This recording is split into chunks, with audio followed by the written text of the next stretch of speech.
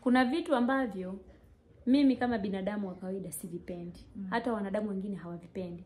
Kwa sababu ukiona mtu anafanya vitu ambavyo ni vibaya, yani ni automatic tu vinachukiza. Ndiyo. Lakini kama ikiwa sisi vinatuchukiza, basi tujue Mungu ni zaidi sana. Kwa sababu ni vitu ambavyo vinakuwa vinamkosesha raha mtu mwingine, mtu anapovifanya. Sasa uwezi ukawa labda una kiburi ukasema utapendwa, hauwezi kupendwa. Hauwezi ukawa na muongo ukasema utapendwa, hauwezi kupendwa. Sasa ikiwa sisi binadamu wa kawaida kwa akili zetu tunamchukia, yani haumpendi, yani uwezi kujisikia vizuri kumuona yule mtu akiwa muongo, basi Mungu jue ni zaidi sana. Kwa hivyo kwenye Mithali 16 Mithali 6 mstari wa 16 Biblia inasema hivi kuna vitu 6 anavyovichukia Bwana, naam viko 7 vilivyo chukizo kwake. Macho ya kiburi, ndio, ulimi wa uongo, na mikono imwagayo damu isiyo na hatia. Ndio. Moyo uwazao mawazo mabaya. Ndio. Miguu iliyo miepesi kukimbilia maovu. Ndio. Shahidi wa uongo asemaye uongo, naye apandaye mbegu za fitina kati ya ndugu. Ndio. Hivyo ni vitu ambavyo Mungu havipendi.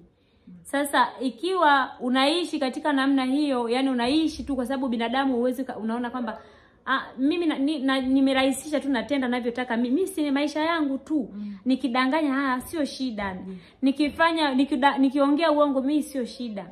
Naua sijuko, yani unajifanya kama hauelewi chochote. Lakini hivi ni vitu ambavyo Mungu havipendi. Kwa hivyo unapovifanya vitu kama hivyo, ikiwa Mungu havipendi, ujue pia kuna ghadhabu ya Mungu. Ndio. Itakuja juu yako. Sasa kitu ambacho pia kimenishangaza, ndio, hadi mawazo mabaya. Ndio. Yani unapowaza mabaya, iwe unajiwazia wewe kujinyonga, bado Mungu anapendi, anachukia. Iwe unamwazia mtu, bado ni chukizo sana kwa Mungu.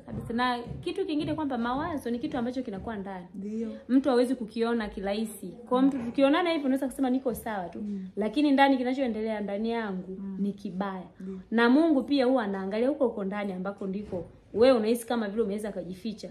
Kwa hiyo hali ya ndani ambayo unakuwa nayo, ambayo mtu yote hawezi kukuona, hiyo Mungu haipendi.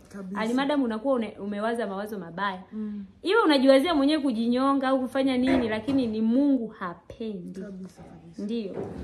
Kwa hiyo mimi niseme kwamba wakati mwingine kama unajijua kwamba bado unaishi na safari yako bado ni ndefu, ni vema sana kukaa na kujichunguza sana katika haya ambayo tumejifunza hapa au tumesomewa hapa, kwamba kuna vitu 6 ambavyo Bwana havipendi. Kama Mungu havipendi, jua wanadamu na sisi pia hatuvipendi. Kama mtu atakufanyia kitu kibaya utajisikia vibaya, Mungu inakuwa ni zaidi. Ndio maana ukishupaza shingo yako au moyo wako kwa ukaza, Mungu anashusha ghadhabu yake ghafla. Ndio. Mimi nadhani yoyote utakayeuliza swali, namba za simu ni 07 85 73 37 19. Neema ya Kristo iwe pamoja nanyi. Amen.